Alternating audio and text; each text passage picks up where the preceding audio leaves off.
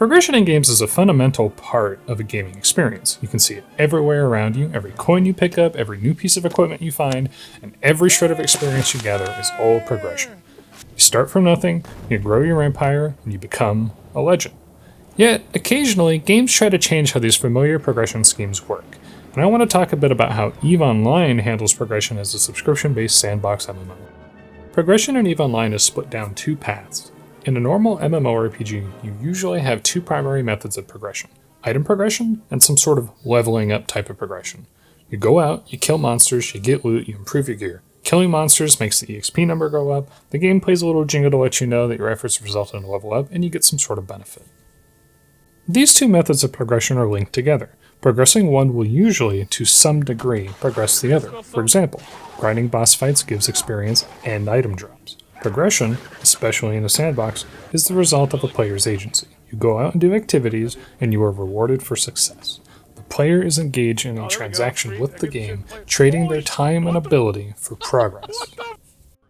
But EVE Online is still the spaceship spreadsheets game. It's a sandbox MMO designed in the style of its late 90s contemporaries, sure, but it's a spaceship game, not a fantasy MMORPG. EVE still retains those two classic pillars of progression, but there's a reason I spoke about player agency before: it's foreshadowing.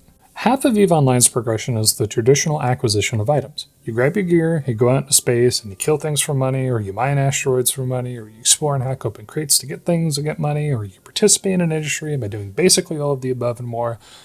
You gain ISK, the in-game currency, you buy new ships, new weapons, new modules, ammo, and then you go out into space and you kill things for money, or you mine asteroids. You get the idea.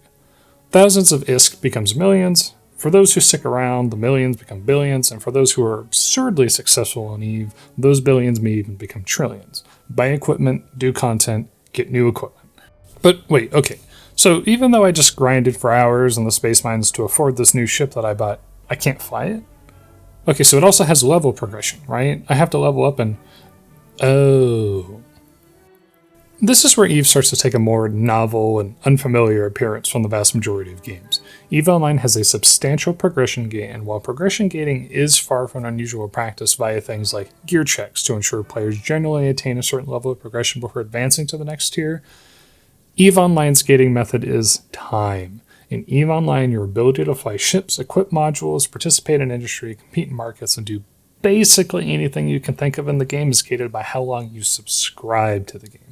Don't worry, it's only $20 a month now.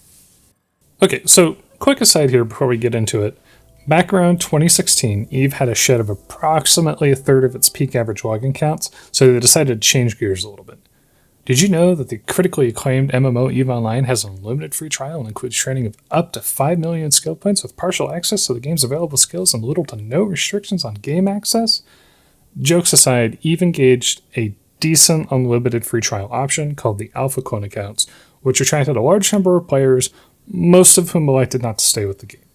Skill training is half the speed of Omegas, limited up to a certain amount of skill points. That's just enough to make the character maybe okay if you highly plan out what skills you're going to get, the kind of thing a new player won't be doing typically. And skills are restricted to be decently generous, but restrictive enough to keep players from doing important things that could have a substantial impact on the sandbox. Want to do a lot of mining or industry? Subscribe. Putting that aside, what do these limitations actually look like in practice? Okay, so let's go through a gameplay loop example most players would encounter. Let's say that I'm a PvE player, I'm playing on the unlimited free trial account, the Alpha Clone, and I've worked my way up to humble PvE golden boy, the Vexer. It's a T1 cruiser, so market price is generally going to run you about 10 to 15 million ISK, which is really not a lot. The skill train is going to take around a week or two, and though the max you can train in a skill is 5, the highest I need to go is 3 for some of the prerequisites. I've trained it to go anti-cruiser, and it specifically has to be go anti-cruiser because each of the 4 NPC nations in EVE has their own set of what are referred to as racial ship skills. I'm using deployable drones to do my damage for me automatically while I focus on, trying not to become deceased. I grind my way up, and now I want to get something stronger, faster at running low-tier PvE content without diverging from my currently trained set of skills. For the sake of keeping this example simple, let's stay within the confines of Goente ships and shoot for a new progression goal. I spent some time skilling into Goente battle cruisers, and I buy the beloved vertical boy, the Myrmidon. Current cost for one of those at the time of making this is about 50 mil. The Myrmidon is 2 or 3 times the cost and nowhere near 2 or 3 times as good, but it is still an improvement. Skill training takes real time, but so does gaining ISK. So, assuming I've been dedicated and I've been making my ISK, I could probably accomplish this in a couple of days. Beginnings are auspicious times, but they're also often the most arduous times.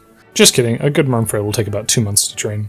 Now, at this point, I have some other options for progression I can try to aim for, but we are starting to hit the limits of what CCP will let an alpha account reasonably get away with, especially if we're sticking to Goente ships as part of this example. So maybe we drop $20 on a month subscription, or I happen to get lucky and I timed my first foray in EVE with a quarterly subscription sale or something. You gotta get that FOMO, right? The next best progression target is an Ishtar, which is the tier 2 version of the Vexor and is also a meta pick for this kind of PvE. The Ishtar is better than the Vexor in basically every conceivable way, and it's gonna run me a couple hundred million ESK plus the cost of fitting it out with modules and drones. I'm sorry, you said skilling into an Ishtar will take how many months? Oh, and these are real months. Ew. This is where the chain of player agency starts to not so much break down and so much as, violently shatter. As Newton said, for every action there is an equal and opposite reaction. Unless you're an EVE player. The great rivers of progression have been forked. The paths have been split. If you gave a new EVE player 500 million ISK on their first day, they would still need to wait potentially weeks to be able to utilize any ship hull worthy of that level of expenditure, but there's so much more to the story, because thus far I've been heavily simplifying the progression and omitting additional implications of the skill training. Training purely the minimum skills for an Ishtar may take, at its absolute most, 63 days, but how often is the minimum skill requirement ever truly good enough in a video game? It definitely isn't on EVE. A good Ishtar fit of tier 2 modules with tier 2 drones is going to run you, according to the skill plan I've just generated on a fresh character, over half a year. And you can only attain that level of training with a subscription, and can only use it while subscribed. And even that is still not all. There is still more to unravel here. The vast majority of skills in the game have a numerical bonus attached to them, awarding you either with plus X% per level or plus X per level where appropriate. It's not just about waiting to get the ability to merely use these ships modules and so on, but also about how good you actually are with them. You're getting the ability to fly 5 drones at max level, plus 5% drone damage per level, plus 5% per level damage resistance with resistance modules for better tank, afterburner propulsion mods that make you go faster while using less of your ship's power capacitor to run on it, and on and on and on. Even the ship hulls themselves have multiple plus % per level bonuses, which are often some of the most vital bonuses to have maxed out, while also generally being among the longest train times. Every skill ramps up in train times per level, and different skills have different modifiers to how long they take to skill. So while some might only take a week to max out, skills for farther flung areas of player progression like capital ships may take an entire quarter. And I don't mean 25 cents quarter, I'm talking about $60 in base price subscription time for 3 months, where your skill training queue has been relegated to one single, solitary skill train, so you can unlock the ability to learn how to generate a 6 billion S kill mount. Though this hasn't been relevant for quite some time now, it's worth mentioning that back in the older days of EVE, you also had to buy clone insurance, which would insure you up to a certain amount of skill points for when you not only lost your ship, but you also lost your capsule too. Thankfully, they removed that, but there was a time when you could actually lose skill points on death and an additional sink for in-game currency to avoid that loss. Of course, EVE Online is a game famous for its PvP-heavy sandbox, and with all of the above in mind, there's also a pretty significant implication here too. Granted, when it comes to success in PvP, EVE players will say that EVE is a game largely based around player skill rather than skill training, and to an extent they are correct. The problem is when you look at the numbers and you start thinking about all the different permutations of outcomes for a player with a less developed EVE account versus someone who's been playing the game for, say 15 to 20 years. Yes, a player with an alpha account and a dream can send a 15-year vet straight to kill mail with some good PvP skills and the right conditions, But the window of opportunity for fighting someone who has, 25% more damage, 25% more armor resistance, 25% more speed, 25% more, is narrower than if both parties were more equal. Just because you made it to the summit, it doesn't mean you didn't walk uphill to get there. It's okay though, because you can always swipe your credit card to buy more skill points. This is a big part of why a very common question from prospective and new EVE players alike is, can I catch up in EVE? And the very common answer is, well, yes, of course you can. That answer isn't technically wrong, but the perception is there, and it exists for reasons beyond the game being a 20-year-old sandbox. The skill system isn't infinite, and while acquiring the more fundamental skills does take time, it doesn't take years. From there, you'll find that a character doesn't really need to learn how to do everything in EVE. You can just learn how to do some specific things and specialize your character. If you stick with it for several years, you might eventually find yourself learning more skills on your main character than you could ever really need at a given time, or maybe even getting additional accounts to multi-box and specialize those characters instead. At the end of the day, EVE is a very wide sandbox with a lot of different ways to play and engage in the half of the progression that rewards players for, playing the game. Even so, the perception exists because the initial hump a new player has to pass through requires a commitment measured in months, or potentially even years depending on what they want to do in EVE. You can grind discs to buy skill points, but skill point injectors aren't cheap, and that devolves into what will very likely become a monotonous grind that you sink all your time and disc into, just so you can cut days off training times. You're entering second job territory at that point. If you manage to, as a new player, become space rich, then sure, you've effectively caught up to veteran players at that point, but what are the chances you will be the one to pull that off? Yes, I mean you specifically. So, believe it or not, there's still one more little layer to this that starts to really get into the territory of potentially insidiousness. A common thought process you can find among EVE players is an indifference towards actually playing the game they pay for. I can't count the number of times I've heard people say, I haven't played in X amount of time, but at least I still got my skill training in. I've thought it myself more than once.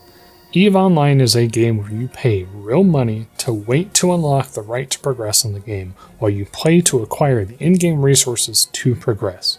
This is a mindset that can only really exist in a game where waiting to play the game the way you want to is a legitimate form of progression. Ultimately, the takeaway here is that while gaining progression in video games is common practice, the two-pronged approach EVE Online takes is one that really expects players to stick around in the long term or become highly specialized in the short term. For some players, this is something they can learn to work with or work around, but for most, it's just an undesirable system.